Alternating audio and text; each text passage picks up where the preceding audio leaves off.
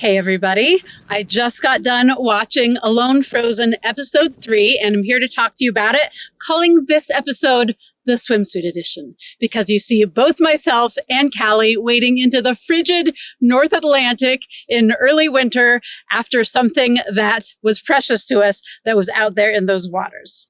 The last episode really left us with a cliffhanger and a question of who might be going home this episode. So we're going to be talking about that. We're going to be talking a little bit about why, of course, talking about all of the things that you're seeing on this episode. And then I also want to talk about some related survival topics like a saw versus an axe in survival situations. Also, the importance of preparing not just with your skills, not just physically, but mentally and emotionally. And this is going to be coming up in the tap out that we saw this week. And then talking about the challenges of making fire in that particular location and time of year, which we definitely saw up and Amos spoke to a bit. And it was definitely going on for me during this time. So review my backstory and some important survival topics as we dive into episode 3 of Alone Frozen. You can see that 3 of us were clearly having a very rough time out there when we got to day 6. Greg having a really hard time with a lot of anxiety, stirring up his memories of his time in Patagonia. Myself having been cold and soaking wet and hypothermic for days on end, and Michelle having major stomach issues. The episode starts with contrasting all of us with some great editing, making it hard to guess what's going on, but we know someone's leaving because we ended the last episode with scenes of the boat coming, right? So then we see Greg standing on that shoreline. And it was clear that what was going on for Greg was challenging physically, as it was for all of us. Brutal weather out there, as is being emphasized over and over and over in these episodes. But something more is going on for Greg. And that is clearly, it's stirring up something really deeply emotional for him. It's stirring up a lot of fear and anxiety that he's just not able to shake. And we talked about this in the last episode, but PTSD out there is real. Putting your body through the extreme rigors of a long-term starvation-oriented survival experience, it's so hard on your body and on your psyche. And even though you don't necessarily remember that as traumatic, when you're back out there and your body is really going through it, it's hard for your mind not to spin out. Now, what was going on for me, I'm going to say was really different from Greg, because I didn't experience my time in the Arctic as traumatic. For me, it was what was going on in the present moment, which was working my butt off, having a bunch of things falling apart on my body. I'm wearing my huge homemade wool and leather boots during the first week out there because I had this crazy thing going on with my toe that was so absurdly painful that any pressure on it just killed it. And so my rubber boots were too small. So I'm wearing these boots meant for cold weather, not the weather we're seeing there, but because I'm in so much pain and I'm limping. Also, I had extreme tendonitis in my hands from both cranking mussels off rocks and from the rigors of building that shelter and hauling rocks around to build with because I had so little building material, and also digging in the dirt with a digging stick. So for me, it was being soaking wet while out in the elements working on my shelter. And it's amazing how much it stirs up for you, right? And that first week, as I always talk about, is so intense because you're just getting used to being deeply physically uncomfortable. Now, as Greg's leaving, he says, I know it's not going to get any better than this. And I think that that is one of those things that happens when we start to really mentally spin out, where we feel like there's no reprieve from it. And this is where I think that training yourself for the mental, emotional aspects of being out there is really, really key, because I actually think that things could have gotten a lot better for Greg, but he was already down in such a deep pit that he wasn't able to see that. And positive attitude and convincing myself to look for the gifts instead of the challenges and look for those silver linings, I was able to bring myself around. And you can see that later in the episode when I'm standing out under that rainbow. That rainbow was waiting for me on the other side of that really intensely hard time I was having day 6. So we're going to talk about some strategies for honing your mental, emotional skills at the end of this talk. We then see Callie at her shelter, clearly looking like her permanent shelter, different than we've seen before. And she has it set up like a wall tent. And it looks like it's a really nice, roomy shelter, but I'm definitely concerned about in that climate because it's so big. It's got so much room inside. And with that whole open face, that is a lot of space to brush in. Otherwise, the weather is just going to be pouring into that. And as you can see, the weather out there is so intense. The wind is so fierce. So hoping that Callie has a plan for shoring up that shelter a little bit better. Continuing the theme of how much harder Alone Frozen is than all of our earlier seasons, we see Amos talking about, man, I went 8 weeks last time and it is week 1 and I am having a hard time out here. This is heavy. This is significantly more challenging. So it's clear that it could have been any one of us on that boat. That first week, it was just a lot to adjust to those circumstances, which were so much harsher than any of us were able to wrap our minds around during that first week. Love hearing Amos talk about the Nunatsiavut people who were so welcoming and gracious to us. We had a chance to meet with one of the elders of the Nunatsiavut people before we left virtually because of COVID, but we had a Zoom call and it was so wonderful to get his blessing and really have him be so excited that we were there. And I have to say, particularly, he was really, really supportive of the women. And he said specifically, we really want to see a woman take this season. We love you all. We're rooting for you all because we're Alone fans, so we know all of you, but we've really got the women's backs here. And it was really something heading out there with that blessing and what felt like a bit of a responsibility to those people to give back to them something that felt important to them in the same ways that they gave to us in their very warm welcome to that amazing place. So thank you, Amos, for mentioning them and bringing them in. Really glad that that made it into this episode.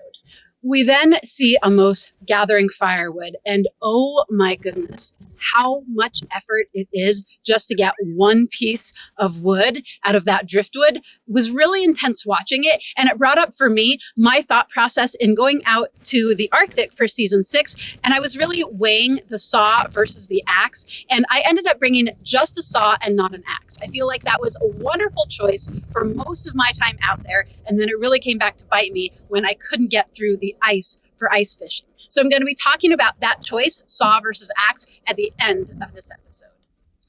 Please like this video, subscribe to my channel, and hit the notifications bell to hear when my videos come out. It's not at the same time every week at this point. And also, I would really encourage you, if you like what I do and want to be a bigger part of it, to join my Patreon membership team. We're having regular calls to discuss the Alone series, and you get all kinds of wonderful benefits. Wow, you guys. Spraying myself and all of my bedding and all of my gear that lives close to my face in the middle of the night with pepper spray was something else. Talk about building resolve, right? I was having a hard time day 6, and I told myself, if you are this miserable and wanting to leave in another 3 days and it hasn't shifted and your attitude hasn't improved, that's when you get to think about tapping out. The night after I made that resolution to myself is when I sprayed myself in the night with pepper spray. And if there was anything to test my resolve, it was that incident. And you can see that by the morning, I brought myself around to looking for the silver lining. Hey, with all this dirt that I'm working into the pepper spray and then going to be building my wall with, I'll have a bear-proof shelter. So good thing I sprayed myself with pepper spray, right? So this is an example of how important it is to actually practice before you're in the really challenging situations, bringing yourself around, looking for the positive and focusing on that. Because if you want to focus on the negative, you're going to have it in endless supply. It's a habit, and it's really important to cultivate the more helpful habit of the silver lining and the positive. While I'm sitting in the tent talking about the pepper spray incident, you can see a wad of tinder behind me. I'm going to be talking about fire out there and how incredibly challenging it was in that environment and how tinder was as important or more important than food out there. It was so key to have tinder collected, use it well, and have dry tinder always in supply. Also love that you can see those awesome boots that they showed me making in the first episode that introduced me, episode 2. And there I am wearing them out there. They weren't great for the wet conditions during that time of the year, but they were so comfortable and so amazing for my feet when they were really in distress at that time. I love Michelle and how down to earth she is. On season 8, we heard her talking about eating her own boogers so that she wasn't losing salt. And here she's diving into talking about poop right away. She is serious grit. She is just absolutely real. And that is part of why I love her so much. But pooping out there is a major issue. So heck yes, she should be celebrating the fact that she is already pooping. It's a really key thing. I talked about it a lot too. Glad that it came through this episode and her talking about it.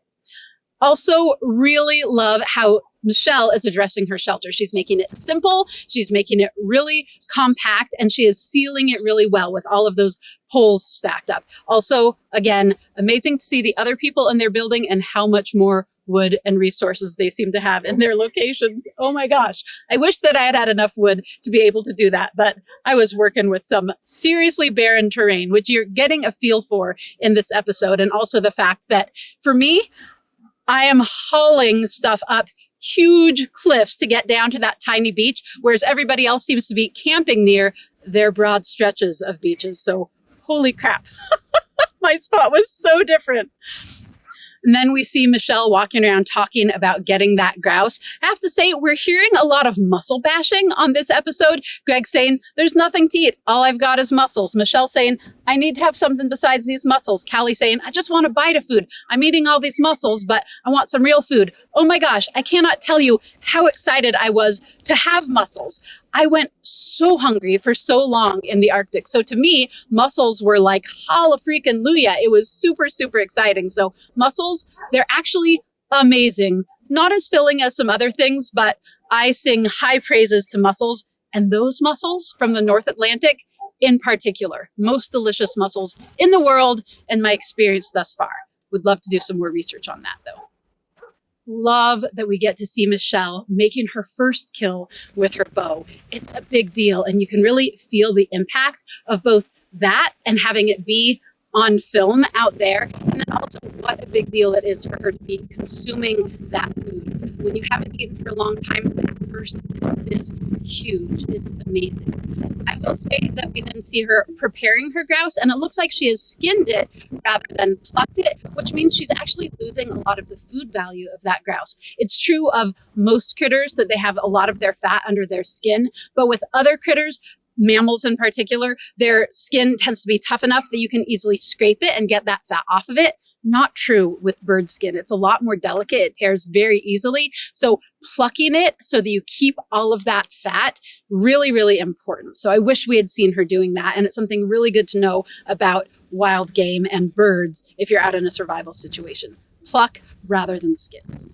You pretty much hear me talking about being wet and cold and hypothermic all the time in most of the scenes that I'm on in this episode. So this is a function of me having to work out in the rain and getting soaked. And it takes a long time when you're in a very wet and very cold climate to dry back out. Fire was incredibly challenging out there, not just because it's wet all the time, that's a given, but because on the coast, the trees are so shrunken and small, or at least they were in my area, that it means they are not big enough around that they don't get soaked all the way to the inside when you are looking for dry tinder. So when you have really big wood, even if it's pouring rain all the time like Vancouver Island, but you have large standing dead wood, that stuff is mostly going to be dry on the inside. But when you all have very small trees, then it's just not big enough that the water can't fully permeate it. So getting fires was so challenging out there. You then see me doing a big mussel harvest. I have a brief time to get out into that water and harvest as many mussels as I can before the tide comes in and covers them. Once we get to where the days are less than 12 hours long, right? We're going into winter in a northern climate. So daylight hours are getting less and less. The low tides come every 12 hours. So I was looking at recognizing that the low tides were getting later and later every day. And it was getting close to when we were going to be going through a time period when they wouldn't be in the light. So I needed to be able to store mussels to get me through that hungry time. But if you store a creature that is used to being covered in water at least twice a day at a minimum, when you keep that up and out of the water, it's going to die before long. And then you have your food sitting out and potentially rotting on you. So that's no good. So I devised a strategy to find high pools in the rocks that were covered at the very highest of tides so that they would get coverage at least twice a day, but would be uncovered for the majority of the day so I could go down there and harvest them. So you can see I have little cairns set up on the rocks showing me where those pools were. And I would sometimes put rocks around them to help protect those mussels from the waves and store my mussels in those pools. So whenever the tide was down, I was harvesting as much as I could, as quickly as I could, getting soaking wet and hypothermic a lot of the time, but so key to be able to get that food up and safe and where I could get to it. It felt worth risking some hypothermia for that. One of the containers that I had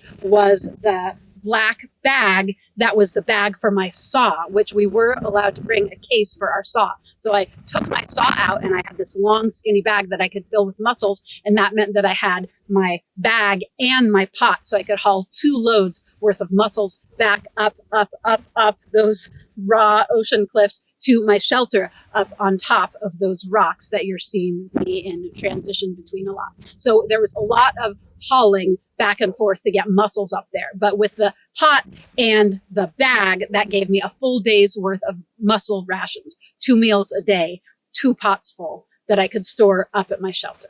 So that bag was really precious to me, which is why when I realized that I left it out where I was harvesting, there was no way I was letting it go out with the tide. I was going out for it. So I stripped down to my undies and just my sports bra. Now, when we see Callie going out for her arrow later in this episode, she's wearing her big sweater. So she was definitely way warmer than I was in that. But I took mine off because I wanted to make darn sure that I had warm, dry clothes back on shore if I was to fall over and get totally drenched in the ocean. So my strategy meant I was a lot colder out there doing it, but I had safe, dry clothes. Her strategy meant she was a lot warmer and she didn't go in. So it worked out great for her. But had she gone in, she would have been in trouble with all of her clothes soaking wet. We see Michelle talking about the raging wind out there. This was pretty much a constant in Labrador. It was very challenging. And I'm 100% with what Michelle is saying out there, that you have to secure your tarp. You have to pad your shelter and protect that tarp. An exposed tarp out there is just asking for it, because your tarp is truly your lifeline. And with those kinds of winds, it's going to get destroyed in a heartbeat, both by flying branches and ice and snow, but also just by the flapping. Those thin poly tarps tear themselves apart with flapping. So really think Michelle is doing an awesome job with a small shelter and doing all of that moss insulation she's doing. Love Michelle talking about her connection to that place and how she didn't really feel particularly connected to the Chilko Lake landscape. And she just felt like Labrador wanted her there and was welcoming her. And that connection to place is absolutely key. And I think that we're seeing the difference between Michelle, who was going through it those first 6 days, and Greg. Greg clearly didn't feel as connected to that place as Michelle. And that makes it a lot harder to stay there. Then we see the scene of Callie hearing a grouse, going and grabbing her bow, setting herself up so that her shot directed her arrow into the beach rather than into the forest. Really, really smart thinking, because it is almost impossible to find your arrows when you are shooting into deep forest, especially if you are shooting up. It's a major consideration out there. We saw a ton of people lose a lot of their arrows on season 9. And of course, where we were was, well, mine wasn't just as thick because it was largely barren, but really harsh conditions for finding an arrow. Unfortunately, hers goes into the ocean, also a problem, but at least she can see it and get out to it. And the arrow's going to float versus in the forest and deep sphagnum moss, it's going to get buried, way hard to see. She's also talking about her cold injury and that frostbite. And I know because we went swimming in the big river before launch, just Callie and I, and it was so cold. And she had a problem with her feet afterwards, those toes, because she's so much more sensitive to cold now. So going in that absolutely frigid North Atlantic, it is no joke, people. So that was really hard on her already frostbitten toes. It was a big risk for her, but important. And she's absolutely right that self-care and taking care of those feet has got to be one of her number one priorities out there. And that's definitely a handicap in an environment like that. I pretty much love everything Amos has to say in all of his episodes. I love how deeply connected he is and how much he brings it up. That said, we see him having a hard time talking about the hunger, talking about the weather, talking about the dehydration, and how much more challenging he's finding Labrador than he found the Arctic. We also get some insight into Amos's history and talking about why connection with the land is so important to him, why fishing is such a big deal, because he grew up in really rough circumstances, civil war in El Salvador. So fishing and being out on the land was his solace. It was his healing. And he talks about, I have seen some really hard things. I have done some hard things. Life was really challenging and I started fishing. So that seems to have been his inroad to all of these skills and part of how he came to be the man he is today. So loved him drawing that in to his Labrador experience and to his fishing. And yeah, the fishing out there, really hard. Here we are on these abundant coastal waters and none of us are bringing in fish, right? And both Amos and Greg, fishing is their thing. And it was something that we assumed wasn't going to be that big a problem, and it was so hard. The locations were mostly shallow water with a lot of rocks and a lot of seaweed, so definitely a major challenge with that location that surprised us all quite a bit. Wow, that was a hard storm when I woke up in the middle of the night to water pouring down the rock I had built against and soaking my bedding. So it was definitely a gamble to build into that solid rock and very, very challenging to try to make it weather tight with it being all over the place in different angles. And parts of those rocks sloped towards me and parts sloped away. So when it got wet enough for the water to build up and it started sheeting down, that became a major issue in that shelter. And you can see me really feeling that. And then giving the shelter my absolutely everything. Lots of scenes after that of me working on that shelter, doing everything I can to shore it up and try to deal with some of those many complicated issues that I am challenged by out there. And you can see me saying, it's like I'm constantly putting out fires out here. There's always something that needs my attention. And desperately right now, yesterday, trying to make survival work in this location. That moment with the rainbow was so amazing. Just standing under the arc of a rainbow after days and days of pouring rain and fierce winds and being just soaked through to my skin. Love that that made it into the show and just what it is to have those moments of beauty when you're so challenged. I mean, they're multiplied 100-fold and they are so powerful. They're so important. And you saw another of those beautiful connected moments at the end of this episode, and I just started crying watching myself singing the sundown. I sing the sundown every day, both there and in the Arctic. But that day was so powerful because the sun just came out for the briefest of moments after so many days of terrible weather. So that sunlight on my face was the most amazing gift. And I just loved that they showed me singing to everybody out there, that they overlaid that song to everyone's experience in that moment of calm and sun and bliss just before the sun sank down. Really, really grateful for this episode and that being shown. The saw versus axe issue is a big one, and the circumstances are going to really shift it a lot. So if you only have one tool to bring out in a survival situation, an axe is an amazing one because you've got a cutting edge, you've got a weapon, you've got a mallet, the back of the axe to drive stakes into the ground. So you can both cut your firewood, you can do cutting tasks, you can potentially even process game with it, you can get a spark off of it. It's an amazing tool to have. That said, cutting big diameter firewood with nothing but an axe is extremely labor and calorie intensive. And we can see this with Amos. It says he's burning 500 calories an hour cutting up that amount of wood. A saw would have cut that amount of wood way faster, way less calories, and without risk of danger because an axe can glance off of things. And we saw Amos almost take his own leg out. I know so many people who have cut themselves really badly, either by missing what they were swinging at and going all the way through into their own foot, or glancing off of something into their own leg. So I chose not to bring an axe on season 6 because I knew, one, I wanted to save as many calories as I could, being really efficient with a saw, but two, because I was very aware of the greater risk of injury, and injury is a huge deal out there. It is what could very easily take you out. So Amos choosing to stop chopping right then and give it a break because he knew he was tired and his swings were off and he had almost done serious damage to himself was a really good idea. So if you can take both, a saw and an axe are an amazing combination. And on this season, I did bring both because I knew what it was to not be able to get through the ice because I hadn't had an axe on season 6. So I gave up something else. I gave up my belt knife in order to take a saw and an axe, and I just made do with my multi-tool. So a saw versus an axe, it really depends on the circumstances, the size of the wood you're going to be cutting. If it's all small stuff, then maybe an axe is fine because you can do a lot of breaking by hand and it's going to be useful for other things. If it's big diameter stuff, it's really hard to split like Amos was doing, where it's cut off with an axe at both ends. So both ends are pointy, so you can't set it up and be able to swing and cleanly and easily split your wood. So it's hard to say, but my choice when I was only taking one was the saw for exactly the reasons we're seeing with Amos in this episode.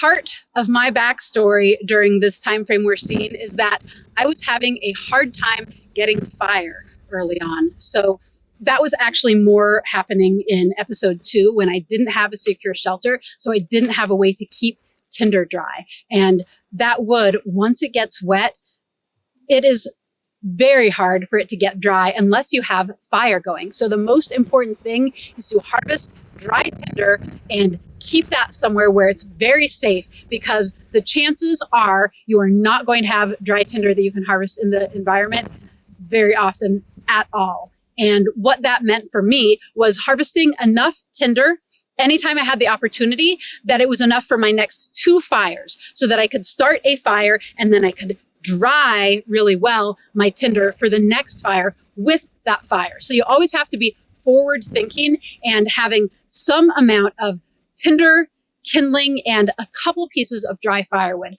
Never in my life have I been unable to get a fire with something like a ferro rod. With friction fire, it can be challenging in different circumstances, but a ferro rod should be a guarantee. But in Labrador, it isn't. So you have to absolutely be 100% on it. So I would keep some dry tinder stashed in my rain jacket, as well as just a few dry sticks. And sometimes I still couldn't get fire when I needed to.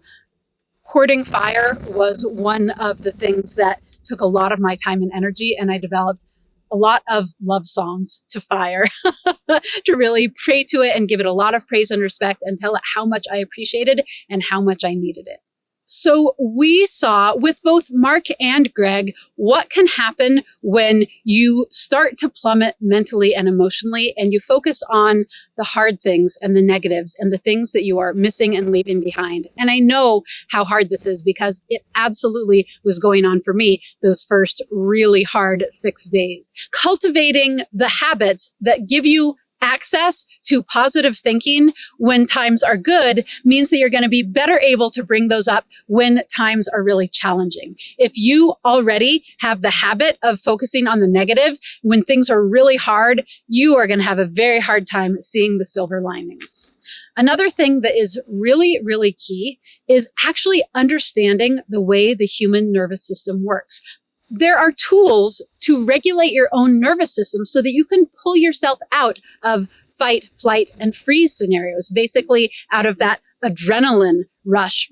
Learning those movement patterns, those sounds, those speech patterns, and other practices that get you out of those high anxiety places and get you back in a state of calm where you are grounded and where you have more use of your mental faculties is really key. They are things that you can learn, but it takes some knowledge and it takes some practice. So this is one of the things that I feel like is really undervalued in classic survival teaching, but is super, super key. And we have already seen that come into play here. More about that in some of my books and classes. Really excited to share some of the connection practices as survival skills with a world of people who really needs a little bit more of that in their life.